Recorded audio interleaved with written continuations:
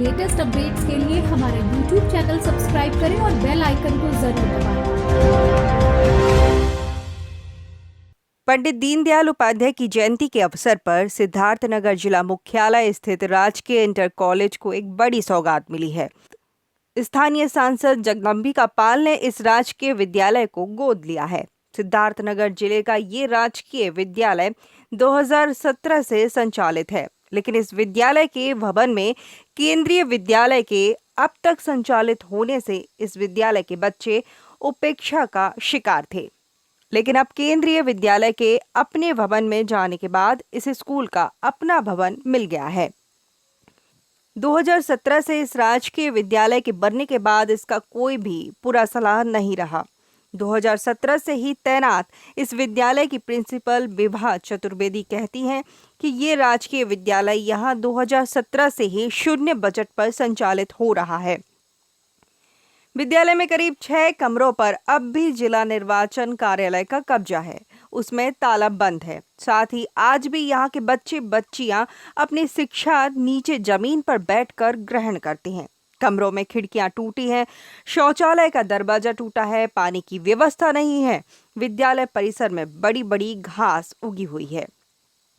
सुविधा विहीन इस विद्यालय में करीब 650 बच्चे हैं, जिसमें 350 बच्चियां हैं।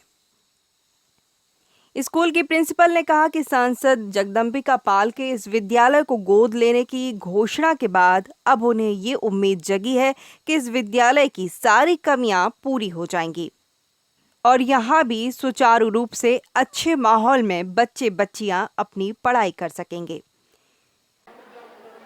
ये विद्यालय 2017 से संचालित है और मेरे ही द्वारा इसका प्रारंभ किया गया है 0 स्टूडेंट से, और अभी तक ये 0 बजट पर ही संचालित होता रहा है। और बच्चे जो हैं ज़मीन पर बैठते थे अभी तक, और अभी भी बैठ ही रहे हैं, और 650 से अधिक छात्र एवं छात्राएं हैं, जिसमें 350 के आसपास यहाँ पर छात्राएं भी हैं। और आज आदरणीय माननीय सांसद जी के द्वारा इस विद्यालय को गोद लिए जाने की घोषणा की गई है, जिससे हम सब लोग अति उत्साहित हैं। और ज़रूर शैक्षिक जगत में, शिक्षा के क्षेत्र में हम लोग प्रादेशिक स्तर पर अपने विद्यालय का और इस जनपद सिद्धार्थनगर में शिक्षा के एक नए आयाम जरूर जोड़ सकेंगे, और गुणवत्तापूर्ण शिक्षा हमारी प्राथमिकता है। सांसद जी के गोद लेने से किस तरह का उत्साह स्टाफ में है या बच्चों में बहुत प्रफुल्लित हैं, आह्लादित हैं, और हमारा स्टाफ भी बहुत अधिक खुश है। और मैं तो खुशी की कोई सीमा ही नहीं है, क्योंकि जो सृजन करता है, और अभी तक तो ये था कि खेल रहे हैं, अंधेरों में महक रहे होंगे, अभी तक नहीं मिला माहौल। अब माहौल मिल गया है तो ज़रूर हम सोच रहे हैं कि अब ज़रूर नई रोशनी बिखेरेंगे बच्चे हमारे। वहीं राजकीय विद्यालय को गोद लेने की घोषणा करने के बाद स्थानीय सांसद जगदम्बिका पाल ने कहा कि जब वे सांसद बने थे, उनका सपना था कि सिद्धार्थनगर जनपद मुख्यालय पर ही राजकीय विद्यालय हो, और इसके लिए उन्होंने केंद्र सरकार से SDM योजना के तहत ये केंद्रीय विद्यालय बनवाया। सांसद ने कहा कि इस विद्यालय में टीचर की नियुक्ति प्रदेश सरकार के द्वारा हो गई है और यहाँ 650 बच्चे इनरोल भी हैं। पिछले सालों में इस विद्यालय में केंद्रीय विद्यालय चलने की वजह से इस विद्यालय को सुविधाएं नहीं मिल पाई थीं, जो इसे मिलनी चाहिए थी।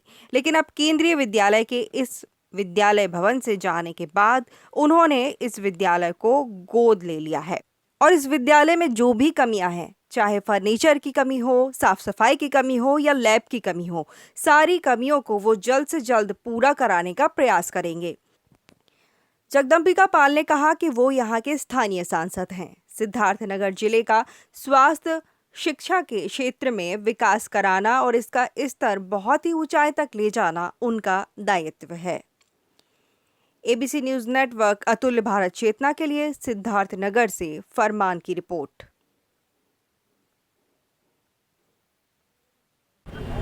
सर, आपने जो यहाँ पे राजकीय विद्यालय था उसको आपने गोद लिया है, और गोद लेने के बाद वहाँ की दशा किस तरह से बदलेगी, आपका क्या है? देखिए, जब मैं सांसद बना, जिला मुख्यालय पे कोई राजकीय इंटर कॉलेज नहीं था।